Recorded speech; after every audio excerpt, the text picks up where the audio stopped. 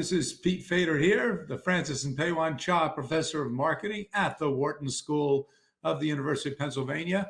Welcome to the fifth in an ongoing series of Meet the Authors conversations that I've been having with various colleagues here from the Wharton School. Let's think. Number one, we started off in January with my marketing colleague, Michael Platt, talking about the leader's brain. In March, we stayed with marketing. Then it was Jonah Berger talking about the catalyst. In May, Katie Milkman from our Operations Information Decisions Department spoke about how to change. In June, it was former colleague Mauro Guillen, now the dean at the Judge School over at Cambridge, talking about the platform paradox. But today, we turn to the management department, where it is my pleasure, my privilege to be talking to another Peter Cappelli, the George W. Taylor Professor of Management here at Wharton, Director of Wharton's Center for Human Resources. We're going to be talking about the future of the office, work from home, remote work, and the hard choices we all face.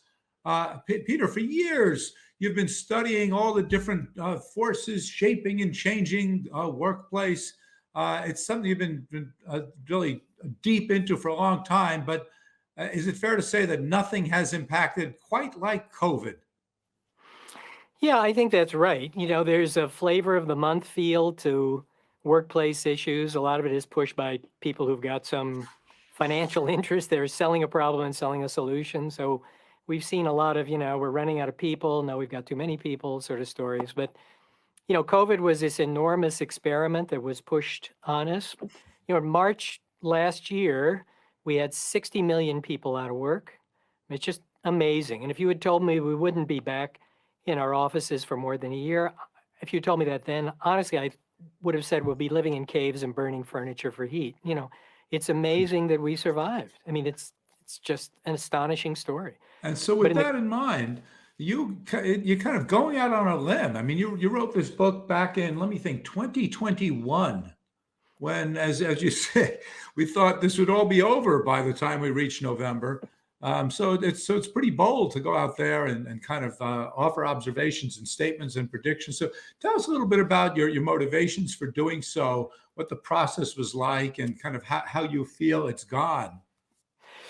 Well, I guess the good news is it wasn't a very long book, so it didn't take all that long to write it. I discovered that I was basically being asked to talk about this all the time. And of course, the event that was triggering this is that 40% of Americans were working remotely, mainly from home, and 70% of people who could work from home because of the nature of their work were in fact working from home. So we were running this big experiment, and the results of it are going to matter for a long time.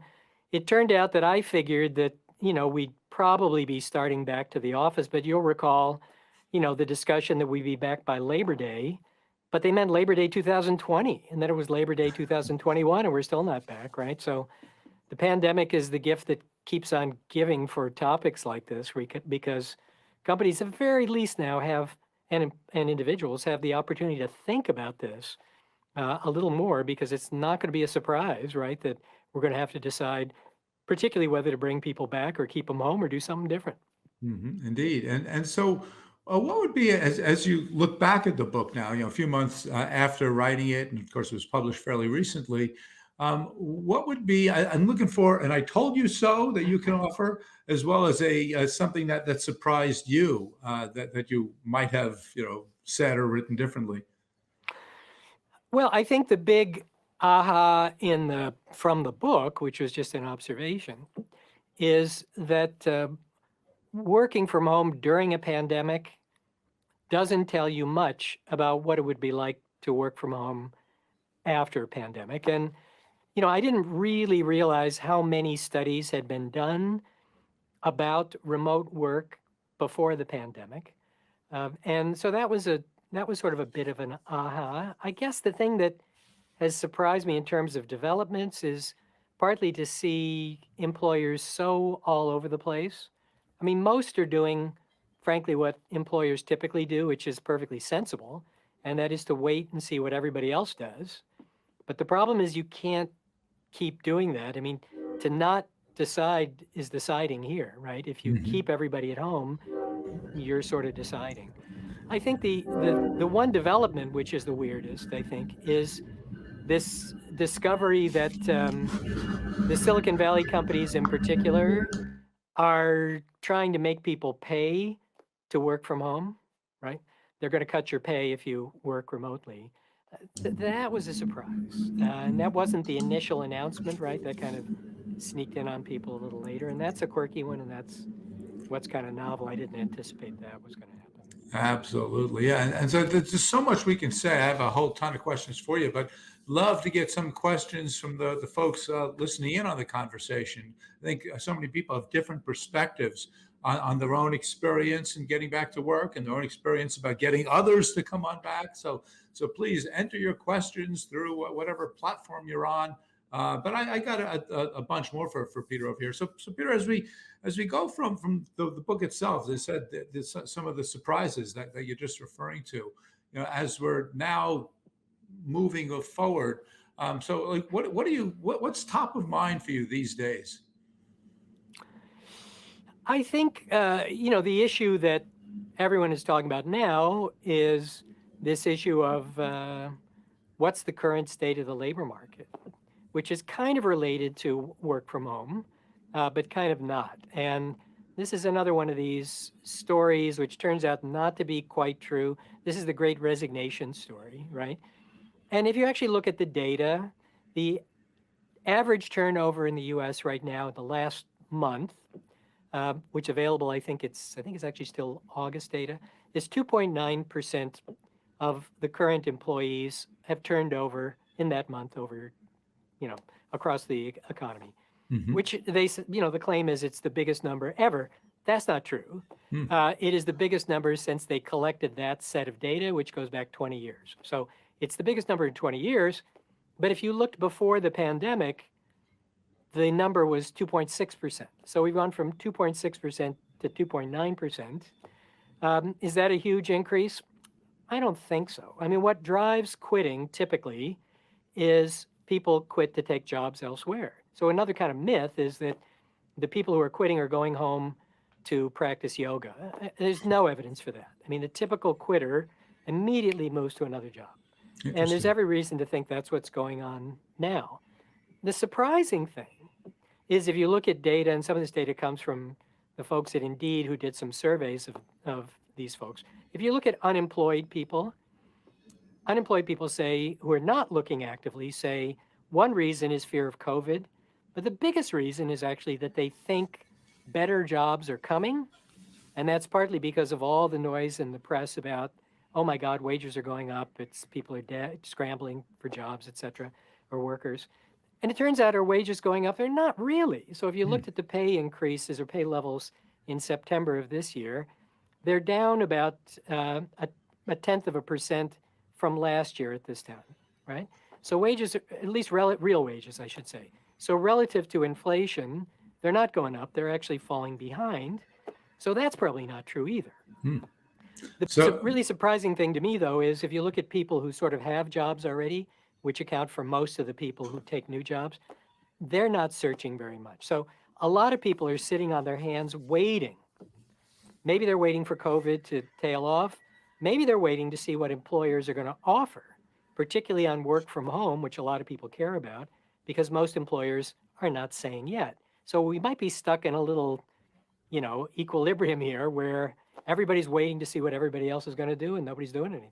And so what's your sense that really all of this is speculative, and you're bringing about as much data, experience, insight as anyone. But what's your sense until we reach either a new equilibrium or perhaps the old equilibrium in terms of people going in and out of the job market?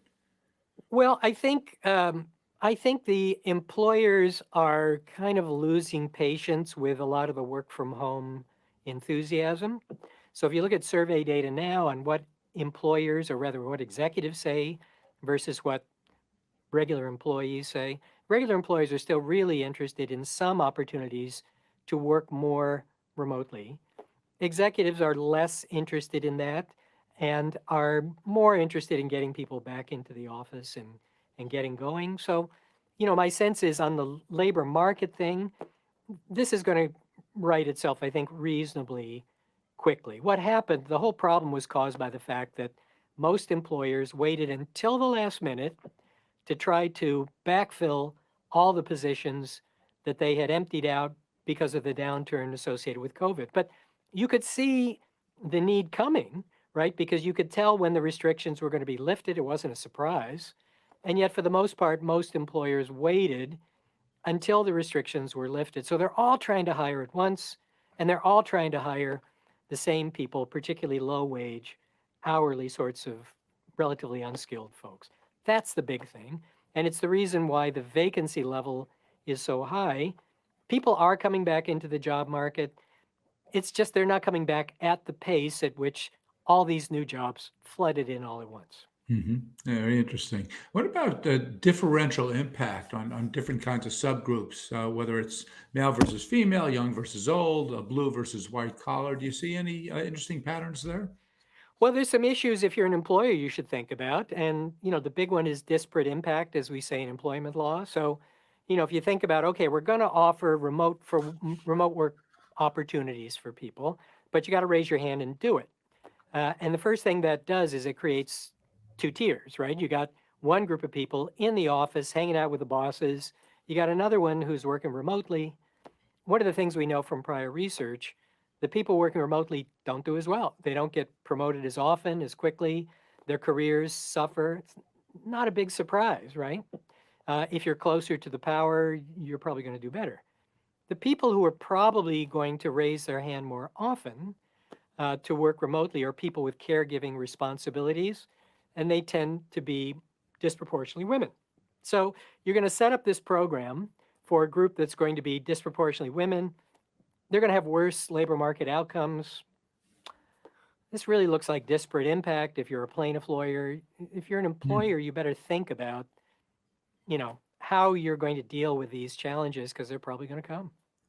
And we're seeing just again, as you've said now a couple of times, companies unwilling to or unable to kind of nail down a specific policy. In fact, I'm thinking of Amazon, where in the book you actually took said will take a fairly strong stand, but then Yeah. just a couple of weeks ago, Andy Jassy said, each group can figure out on its own.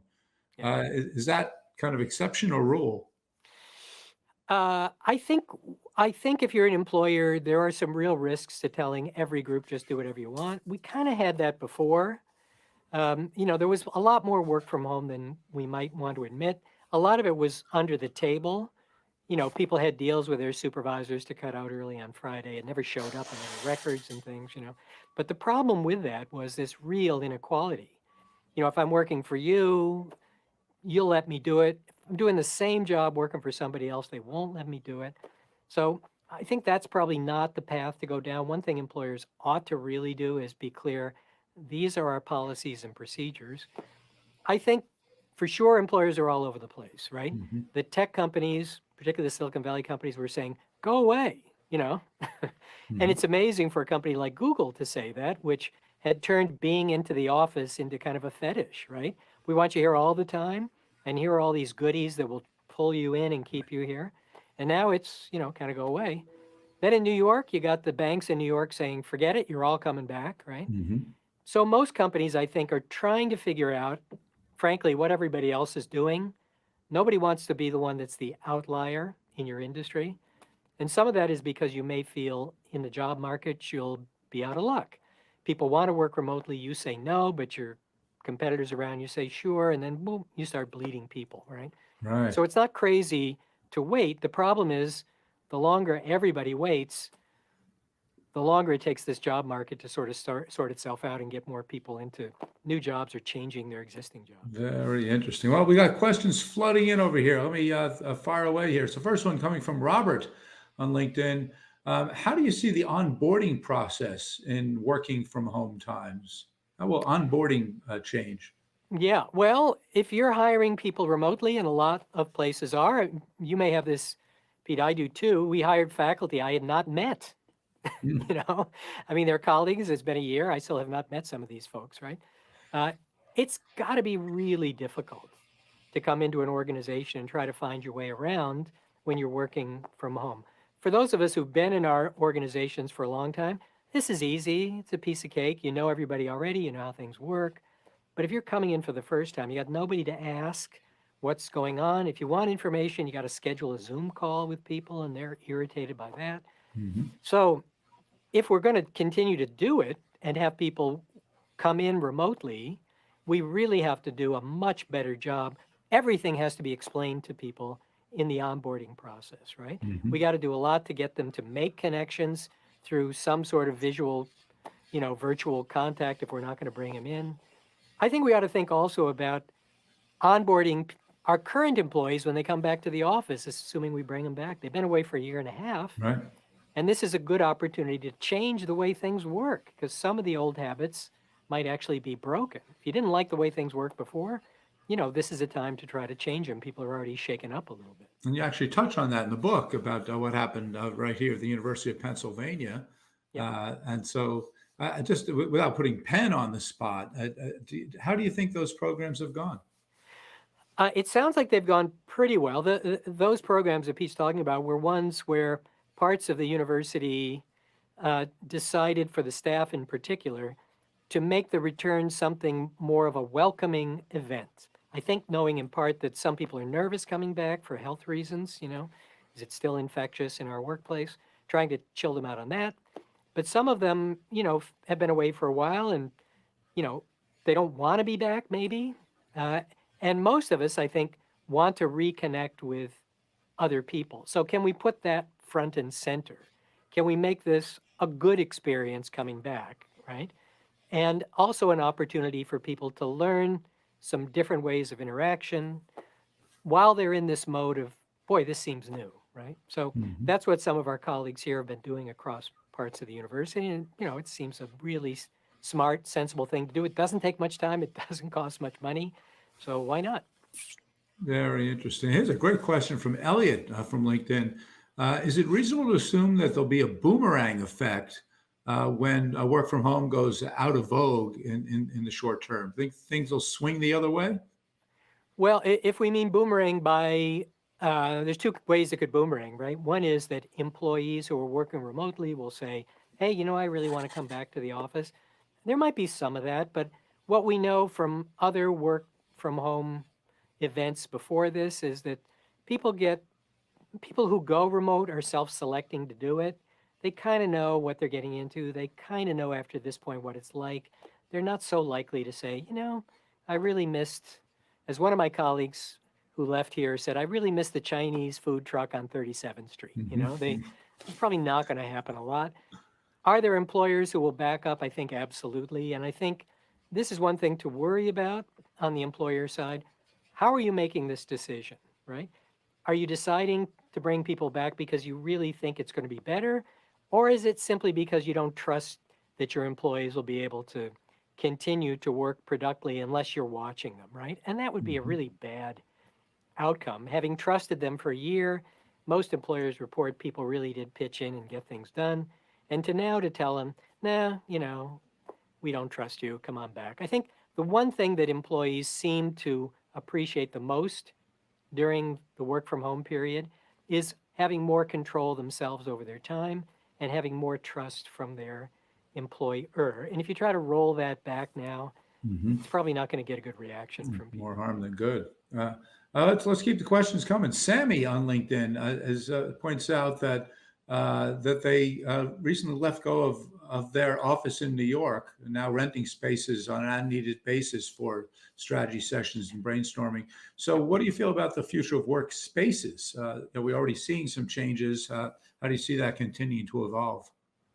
Well, this comes to the very interesting question that not a lot of employers have completely thought through, and that is what's in it for us if we change the way we work. Permanent remote work is pretty straightforward. We're going to take back your office and cut our real estate footprint, and we're going to save money instantly, and we're going to save a lot of money. If you don't do that, and if you say we're going to have some sort of in-between arrangement, could you cut your office space anyway? That's kind of the bet.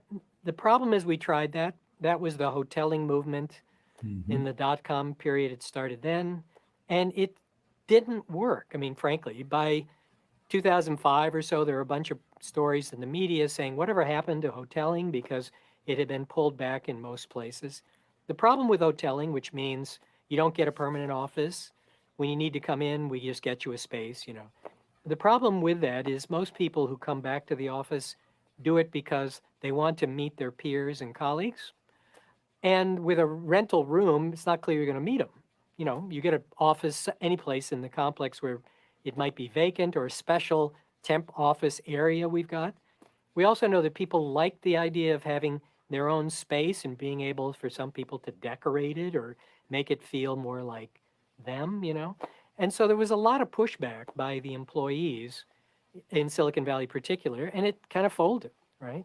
So if you think it's going to work for you, the question to ask yourself is, why do you think you're different? I mean, what is it about your approach where you think it's going to work? Because we ran this experiment before. It didn't work for most people. Why do you think it's going to work for you?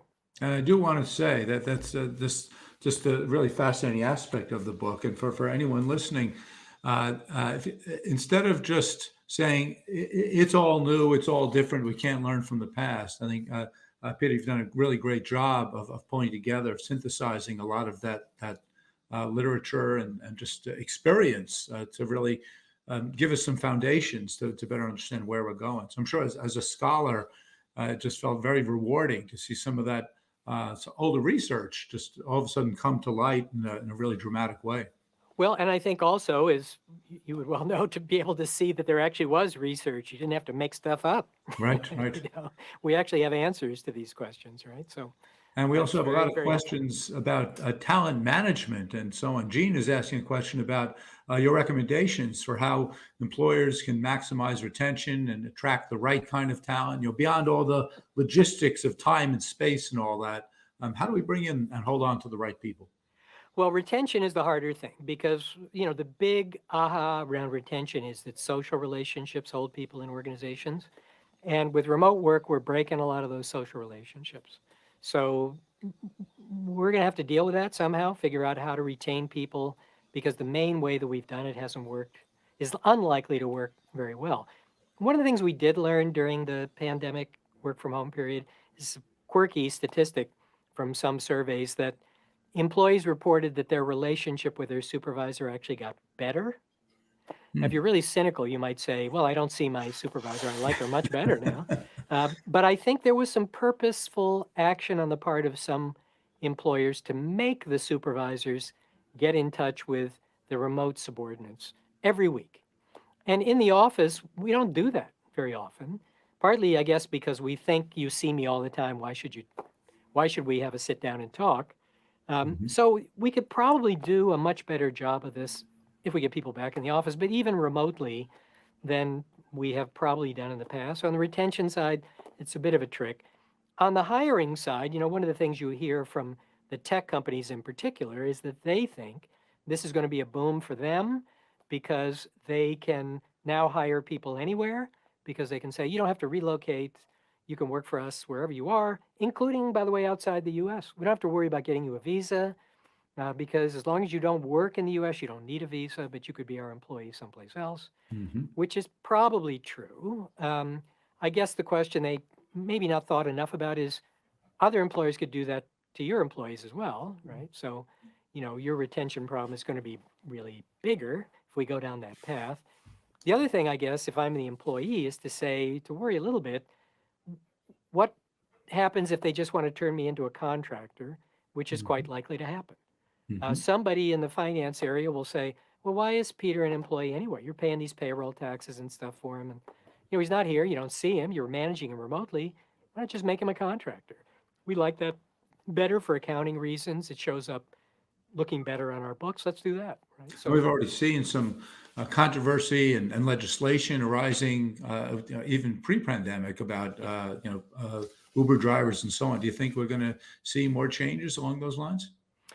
well, my guess is that we may see more legislation, and it varies, protecting contractors broadly defined, making it more difficult to turn people into contractors broadly defined, right? Or at least enforcing the existing laws more than we have. In Democratic administration, that tends to happen anyway. So we'll see where they go in the future. It depends who's in the White House, whether they take that seriously or not. Got one more question for you as we're running short on time. We were talking before about the differential impact on different groups of employees. Diana's asking about Gen Z. So first, I'd like to ask you: do you think that there are differential impacts for new employees? And secondly, what advice would you offer for young employees to be entering the workforce and with Yeah. all of this uncertainty and change? Well, the first thing I feel compelled to say, because I just got out of a PhD seminar where we're talking exactly about this, is, the National Academy of Sciences this last summer 2020, published a report debunking the whole idea of these generational differences, said they don't exist, right? Mhm. But you want to be really careful about working remotely because you don't know an awful lot about how things work, maybe generally, but especially in the organization you're going into. And you'd like to have the most opportunities possible to learn stuff. So I would really make a big push to be in the office, if at all possible, because this is a huge investment in your career at that point. And if you miss it, first of all, if you're not in the office, it's easy to be the last one hired, the first one let go. People don't know who you are, they don't have connections to you. And secondly, there's all kinds of things you learn about how the world works and business works or your organization works that you just can't pick up remotely. So I would Interesting. say if you're a young person coming into the labor market, go to the office. That's great. I'm going to try to squeeze one more in for you. A question from David, real quick. Put you on the spot a little bit. Can you point out an organization that's navigated this whole thing particularly well? Well, I think there are different ones that have navigated it differently by different approaches. So in the book, I talk a little about Clorox as a company that has thought about the re-onboarding very purposefully, and that's good. I think in terms of organizations that have decided to come back, bring people back, I think Comcast has been good at the way they've done it. They've now given a date. They said, we're going to bring people back. We're going to work through the problems.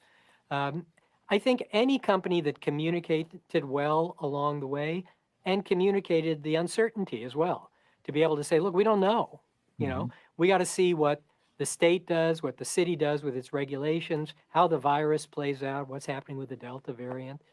Hmm. Organizations that are willing to be transparent, that goes an enormously long way. I don't think your employees will fault you for not telling them what's going to happen if you tell them why you don't know. But Hmm. if you keep it a secret and don't talk to them, they're going to assume there's a conspiracy going on and that actually all your jobs are going to China or something like that. So you get a bad outcome if you're Hmm. not letting them know even what you don't know. Good advice. Good advice. Well, we have so many questions, but we don't have time for them. So I do want to thank everyone for not only tuning in, but for taking the time, for being so engaged in such an important topic. And with that in mind, if participants haven't done so already, Future of Office right here, available in Wharton School Press bookstore, wherever books are sold. And actually, if you go to the Wharton School Press bookstore, 40% off discount on the Future of Office ebook. So the promo code is Meet Peter Cappelli, all one word. But I'd love you all to stay updated with our Meet the Authors series. Peter, it's so wonderful to have you as part of it. Again, I can't think of a more timely topic or a more suitable expert to talk about it. So thanks so much for taking the time. Great. Thank you. And again, thank all of you for taking the time as well. This is Pete Fader signing off from the Wharton School at the University of Pennsylvania.